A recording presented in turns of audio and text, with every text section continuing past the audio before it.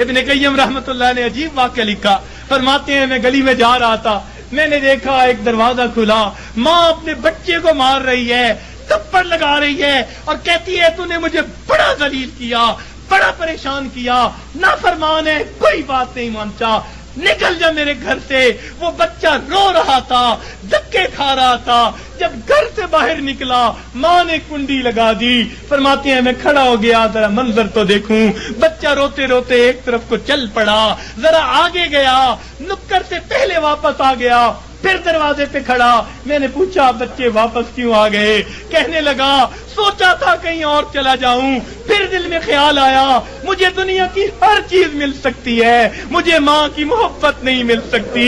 میں اس لیے واپس آ گیا ہوں، محبت ملے گی اسی در سے ملے گی۔ کہتے ہیں بچہ بات کر کے وہی بیٹھ گیا، میں بھی وہی بیٹھا، بچے کو نیند آئی، اس نے دہلیز پہ سر رکھا سو گیا۔ کافی دیر گزری، ماں نے کسی وجہ سے دروازہ کھولا، ضرورت کے لیے باہر جانا چاہتی تھی، بیٹے کو دیکھا دہلیز پہ سر رکھے سو رہا ہے، اٹھایا، کیوں دہلیز پہ سر رکھے سو رہے ہو؟ امی مجھے دنیا میں کوئی دوسری ماں نہیں مل سکتی، میں اس دہلیز کو چھوڑ کے کیسے جاؤں؟ فرمایا بچے کے الفاظ سے ماں کی آنکھوں سے آنسو آ گئے، بچے کو سینے سے لگا لیا، میرے بیٹے جب تیرا یقین ہے اس گھر کے سوا تیرا گھر کوئی نہیں، میرے در کھلے ہیں، آ جا، میں نے تیری غلطیوں کو معاف کر دیا۔ فرماتے ہیں جب گنہگار بندہ اپنے رب کے دروازے پہ اس طرح آتا ہے اور کہتے ہیں رب کریم میری خطاؤں کو معاف کر دے، میرے گناہوں کو معاف کر دے، اے بے قطوں کے دستگیر، اے دکھی دلوں کو سکون دینے والے، اے غمزدہ دلوں کو تسلی دینے والی ذات، اے پریشان دلوں کو سکون بخشنے والی ذات، اے بے سہارا لوگوں کا سہارا بننے والی ذات، اے گناہوں کے پردوں میں، گناہوں کو اپنی رحمت کے پردوں میں چھپا لینے والی ذات، تو میرے لیے رحمت فرما دے، مجھے در در کے دھکے کھانے سے بچا لے، اللہ اپنی ناراضگی سے بچا لے، میں سلو کرنے کے لیے حاضر ہو گیا ہوں، پروردگار آئندہ نیکوکاری کی زندگی عطا فرما۔ تو جب بندہ اس طرح پیش کر دیتا ہے اللہ رب العزت اس بندے کی توبہ کو قبول کر لیتے ہیں۔ اللہ تعالی ہمیں سچی توبہ کرنے کی اور توبہ کر کے یہاں سے اٹھنے کی توفیق عطا فرما دے۔ وآخر دعوانا ان الحمد للہ رب العالمین۔ میں ایک مرتبہ بچیوں کو پردے میں درس دے رہا تھا، ایک جامعہ کی دور حدیث کی بچیاں تھیں، تو ان سے میں نے سوال پوچھا کہ بتاؤ دنیا میں سب سے آسان کام کیا ہے؟ ایک بچی نے جواب دیا کہ اپنی ماں کو منانا۔ میں نے پوچھا وہ کیسے؟ کہنے لگی کہ ہمارا یہ تجربہ ہے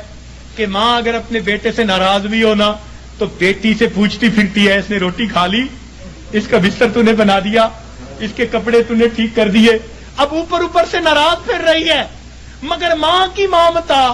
اس کو مجبور کر رہی ہے، لہذا بیٹی سے پوچھتی پھرتی ہے، بیٹی کے ذریعے اس کو کھانا پہنچا رہی ہے، دل سے ناراض نہیں، خفا تھی، بچے نے ستایا مگر دل سے خفا نہیں، اس لیے پوچھتی بھی پھر رہی ہے کہ بچے کو سب چیزیں مل گئی یا نہیں مل گئی۔ تو وہ کہنے لگی کہ جب ماں کی مامتا کا یہ حال ہے تو ماں کو منانا بہت آسان ہوتا ہے۔ میں نے کہا ہاں ماں کو منانا آسان صحیح، پھر بھی ماں کے پاس آنا پڑتا ہے، بچہ آ کر کہہ دے امی معاف کر دیں، ماں معاف کر دیتی ہے، بچہ آ کر ماں کا جسم دبائے امی معاف کر دیں، معاف کر دیتی ہے، ہاتھ جوڑ دے معاف کر دیتی ہے، اگر پھر بھی معاف نہ کرے بچہ رو پڑے، ماں سے کبھی بیٹے کے آنسو نہیں دیکھے جاتے، کتنی ناراض کیوں نہ ہوگی جب دیکھے گی بچہ آنسو بہا رہا ہے، اپنے دوپٹے کے پلو کو لے کے آنسو پوچھے گی، کہے گی بیٹا رو نہیں، چل میں نے تجھے معاف کر دیا۔ تو ماں کو منانا دنیا میں اتنا آسان ہے۔ بچیاں کہنے لگیں، میں نے انہیں اس وقت بتایا کہ دیکھو ایک اور ذات ہے جس کو منانا ماں کے منانے سے بھی 70 گنا زیادہ آسان ہے، اور وہ پروردگار عالم کی ذات ہے۔ ماں کو تو پھر بھی زبان سے کہنا پڑے گا، پاؤں پکڑنے پڑیں گے، ہاتھ جوڑنے پڑیں گے، آنسو بہانے پڑیں گے، ایک وہ پروردگار ذات ہے جس کے سامنے بندہ تنہائی میں بیٹھا ہو، فقط دل کے اندر نادم ہو جائے، دل کے اندر شرمندہ ہو جائے اور دل میں پکارے پروردگار گناہوں کی معافی چاہتا ہوں، میں نے سچی توبہ کر لی، اللہ میں نے سلو کر لی، مجھے اپنا بنا لے، شیطان کے پنجے سے چھڑا لے، کوئی ہاتھ نہیں ہلایا، کوئی اس نے زبان سے لفظ نہیں نکالا، فقط دل کی ندامت کو قبول کر کے اللہ تعالیٰ اپنی ناراضگی کو دور فرما دیتے ہیں۔